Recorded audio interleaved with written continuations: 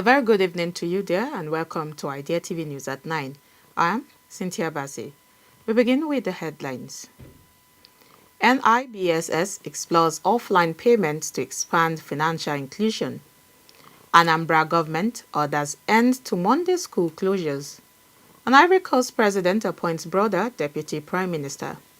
ONDO deputy governor awards full scholarship to 100 technical students.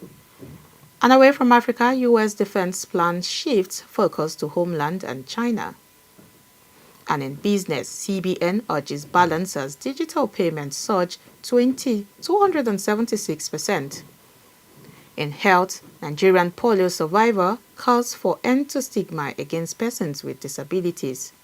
And in sports, Nigeria, Kenya, Ethiopia, Uganda set for Access Bank Lagos City Marathon.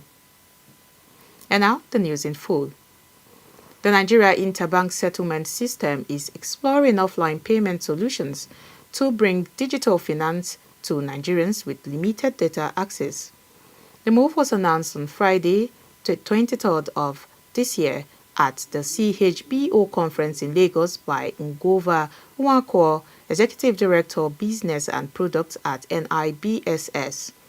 Nwankwo said the expansion of digital payments must be balanced with inclusion, noting that innovation should not exclude citizens who cannot access internet-dependent services.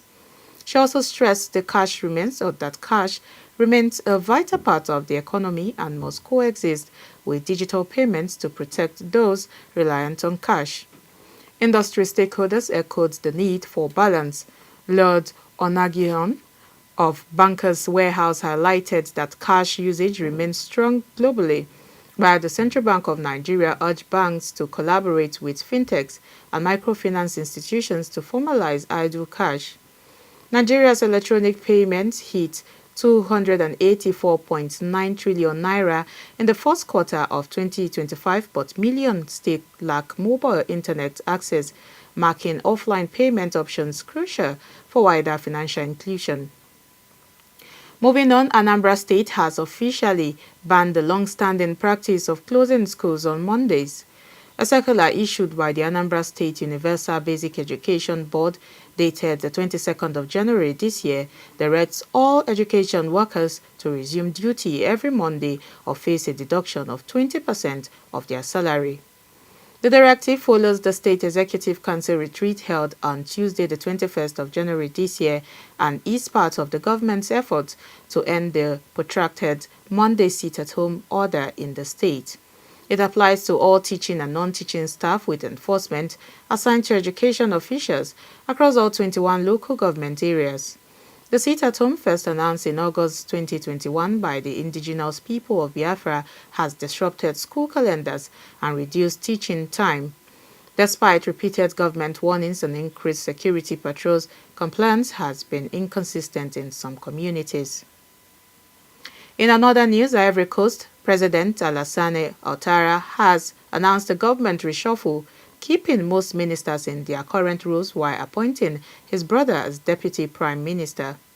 The announcement was made on Friday following a December election in which the ruling RHDP party won nearly 80% of parliamentary seats. Prime Minister Robert Bourgre Mambe remains in office while Tene Birahima Ouattara, the current defense minister and the president's brother, retains his defense portfolio and takes on the newly created deputy prime minister position.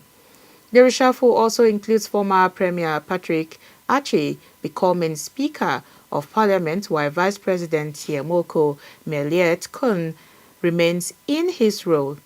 One significant change is the removal of Agriculture Minister Kobenan Kwasi Adjomani, who has served since 2011.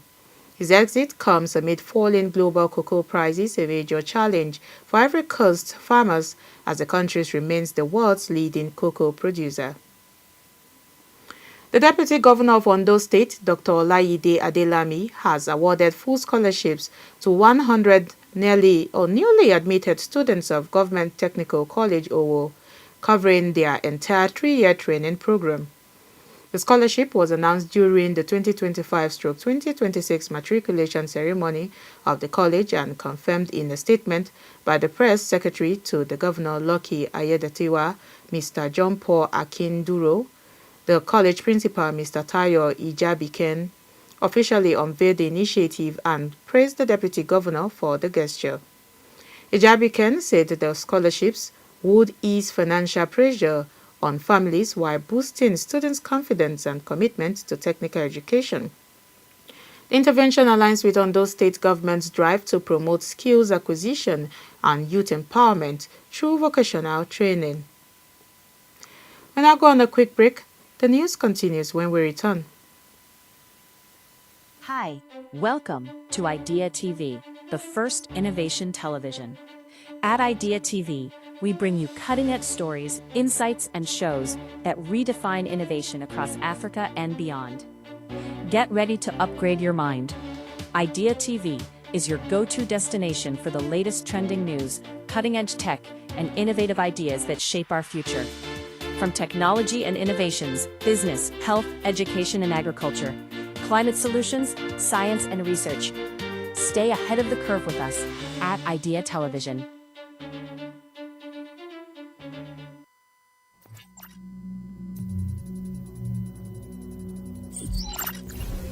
Democratize generative AI. Generative AI, which creates new content like text, images, or music, is becoming more accessible. This trend is enabling businesses and individuals to leverage powerful AI tools without needing deep technical expertise. Tools like DALL-E are already transforming marketing, entertainment, and design. However, as generative AI becomes democratized, concerns about copyright infringement and misuse of content are rising.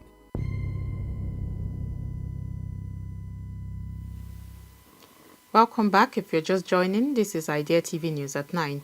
Now, the rest of the news. Away from Africa, the United States has unveiled its new 2026 National Defense Strategy, setting a major shift in military priorities.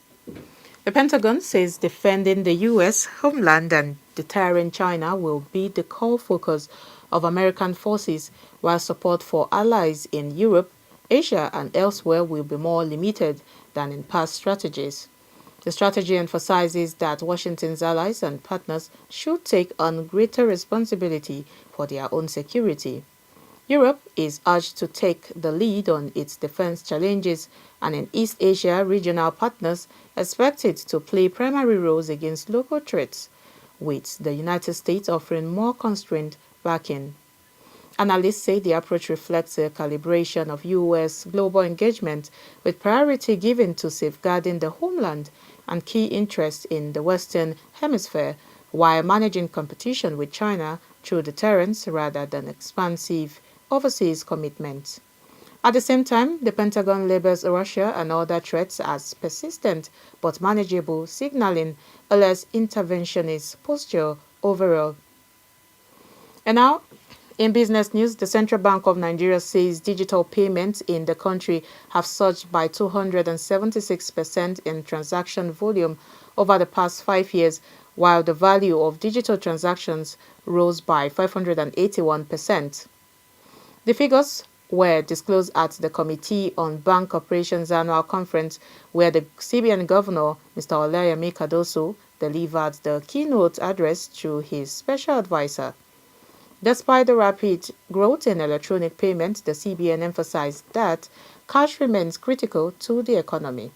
Currency in circulation rose from about 2.4 trillion naira in 2020 to approximately 5.1 trillion naira in 2025, showing that Nigerians still rely heavily on cash, especially in formal markets and rural communities.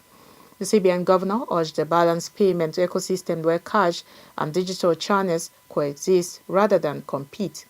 He called on banks to improve infrastructure investment in technology, strengthen fraud prevention, and ensure cash availability, while the central bank continues to modernize currency management and support responsible innovation in the payment system. In health news now, Nigerian polio survivor and university lecturer Shitu Olushoga has called for a national shift away from stigma and misinformation surrounding disability, urging society to replace superstition with science and empathy. He says decades of discrimination against polio survivors have left deep psychological scars despite the disease being a preventable viral condition linked to poor sanitation and low immunization. Olusoga recounts experiences of exclusion and verbal abuse during his childhood, including being denied participation in school activities because of his physical condition.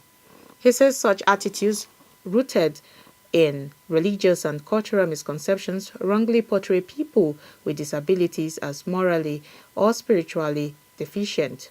Now an academic and advocate, Olusoga stresses that true inclusion must go beyond sympathy to practical action, including accessible public spaces, priority services, and competent leadership in disability institutions. He insists that people with disabilities are not cursed, but capable contributors to national development whose dignity and rights must be protected. Finally, in sports, with 21 days to go, Lagos is gearing up to host Africa's premier road race, the 10th edition of the Access Bank Lagos City Marathon, scheduled for Saturday, February the 14th, 2026. The 42-kilometer race will feature a new route for the first time, starting at ORCA Mall on Amadou Bello Way, Victoria Island, passing through sections of the Lagos-Calabar Coastal Road and finishing at Echo Atlantic City. As a World Athletics Gold Label event, the marathon will attract elite runners from Kenya, Ethiopia, and Uganda alongside Nigerian athletes competing on home soil. Thousands of recreational runners are also expected to take part, turning Lagos streets into a celebration of sport and fitness.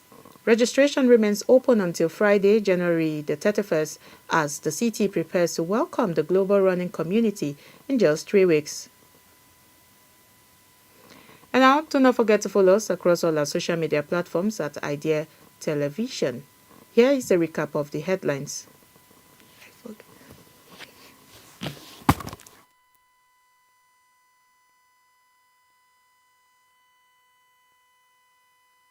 Financial inclusion. While ANAMBRA State government orders end to Monday school closures.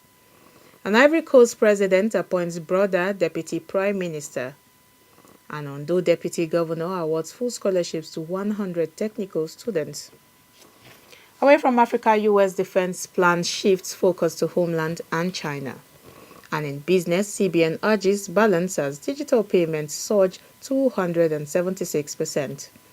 In health, Nigerian polio survivor calls for end to stigma against persons living with disabilities. And in sport, Nigeria, Kenya, Ethiopia, Uganda set for Access Bank Lagos City Marathon. Do not forget to follow us across all our social media platforms at Idea Television. I am Cynthia Bassi. Thank you for watching.